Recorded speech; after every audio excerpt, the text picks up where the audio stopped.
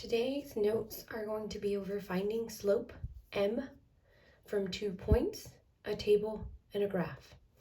We use m to represent slope. That is why it's in parentheses. Your slope formula will be needed, so go ahead and take a moment and pause the video and write this down. It is m equals y2 minus y1 divided by x2 minus x1, where x2 and y1 are your second point and x1 and y1 is the first point. This does not indicate multiplication. It does not indicate squaring a value. It is giving a point, a position. It is a first point, x1, y1. Second point, x2, y2. You don't have to memorize this formula. It is on your formula chart, which can be found in your course information resource folder. And I'm going to go ahead and show you where on the formula chart where you can find that. On your reference sheet for STAR, you're going to be provided under linear equations with slope of a line, m equals y2 minus y1 divided by x2 minus x1. So you don't have to memorize it, but you do want to be familiar with the equation when you do see a problem with 2 points or for your homework today. So take a moment and write that down. Pause the video. I'm going to move on.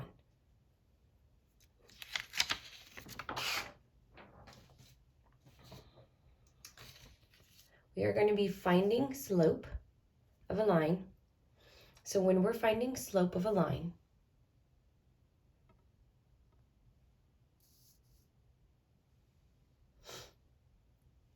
so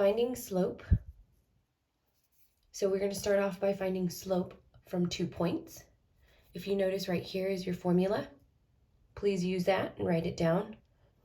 Again, y2, y1 are the y values in the points, and we're just numbering them. It's not multiplication. It's your change in your y's divided by the change in the x's. And you need to make sure that the points correlate with each other. So these x and y values are from the same point. This x1 and y1 is from the same point. Okay, let's start off by numbering our point. So you have 1, 2, and 6, -2. We're going to label our 1 as x1. We're going to label our 2 as y1. So that's just giving it a name. This is the first x, this is the first y. 6 is going to be our x2, and -2 is going to be your y2. So let's set this up using the formula. So when you use a formula, you want to really start off with writing m equals your division and your subtraction sign, and we can fill in the x and y values. So again, m equals your division sign, subtraction, subtraction. Fill in your values. y2 minus y1. y2 is -2. y1 is +2. Divided by x2, which is 6, minus x1, which is 1. Always make sure when you plug that in that you're plugging in the negative value. You need to take that and copy it exactly the way the point is. Now we just need to simplify. -2 minus 2 is -4. 6 minus 1 is 5. If I try to put this in the calculator, it's exactly the same. -4 over 5 does not simplify. So this is going to be my slope. I'm done. And now I'm going to show you in the calculator, on your Desmos calculator, how to input this fraction. So on your Desmos calculator, you should see your a over b to indicate fraction. When you click on that, your fraction bar automatically appears. So if you enter -2 minus 2, on the bottom was 6 minus 1. you automatically get a decimal when you enter that. So just make sure you convert it to a fraction, because we're going to be using this fraction to later graph the slope of a line. So it would be helpful for you to continue to leave your answer as fraction form. So sometimes you're going to get a fraction, sometimes you're going to get a whole number, sometimes you're going to get a positive value, sometimes you're going to get a negative value. But you can leave your answer in fraction form when you do check your answers in your calculator. Okay. Go ahead and pause the video if you need more time. I'm going to move on to example B. Example B, we have 4, 3 and negative 16, 9. So again, label your x and y values. My first point is going to be x1 and y1. My second point is going to be x2 and y2. Let's go ahead and set up our formula and fill in our values. So m equals your division bar, subtraction, subtraction. This is a formula. Always stick to the formula. So if we're taking y2 minus y1, I'm going to put 9 first, y2 minus y1, 3. Next, I'm going to take x2, negative 16, and subtract 4, x1. Now we're going to simplify. 9 minus 3 is 6. Negative 16 minus 4 is negative 20. So this needs to simplify. You can take this and simplify it to a negative 3 over 10. Always simplify.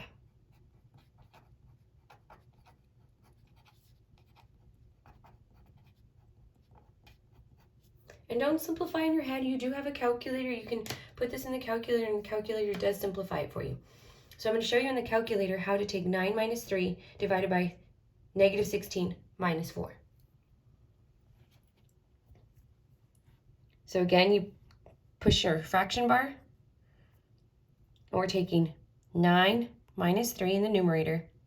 In the denominator, it's negative 16 minus 4. And again, it automatically generates your answer in decimal form. So go ahead and convert it to a fraction, negative 3/10.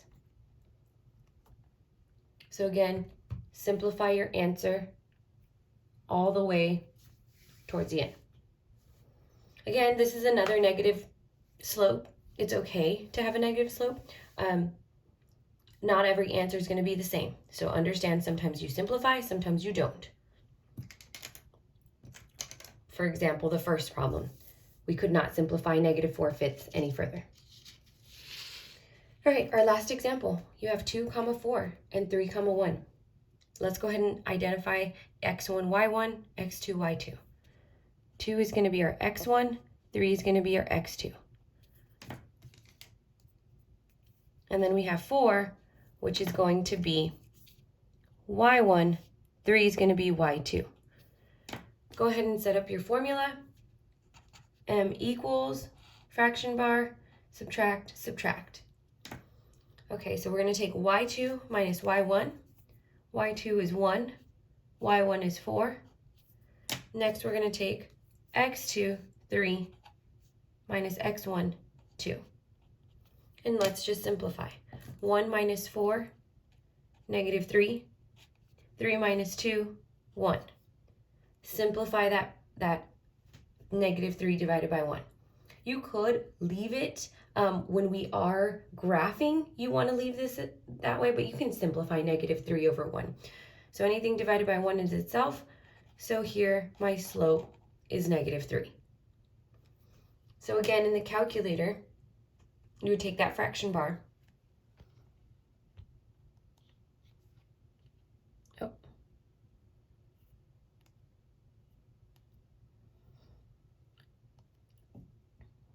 And you would input those values. 1 minus 4 divided by 3 minus 2. And it simplifies to negative 3. What I do want you to recognize is we are using the formula and you are applying x2 and y. It's y2 minus y1 divided by x2 minus x1. I want to go back to the first example, and I just want to show you that in the slope formula, you're doing the change in y over the change in x. So you could take y1 and subtract y2, x1 and subtract x2, and get the exact same answer. The one thing you want to recognize is that these points match up. 6, comma, negative 2 come from the same point. 1, comma, 2 come from this first point. So make sure that when you are applying the formula that you are lining up your x and your y values. So what I said earlier as far as taking your y1 minus y2 and x1 minus x2, if you do change the order, it would be the exact same. So it would be y minus y over x minus x. And so, for example, you see that first problem that we entered, negative 2 minus 2 divided by 6 minus 1. If I take 2,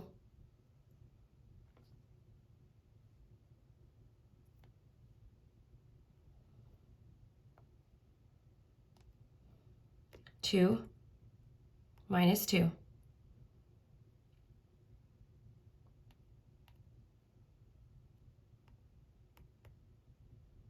divided by 1 minus 6, we get the exact same answer as the first problem, negative 4/5. So just understand when you do apply the formula that you have to match up these points. And if you do take y1 minus y2 and x1 minus x2, you would get the exact same answer. If you have questions, please ask your teacher and rewind the video if you need more time.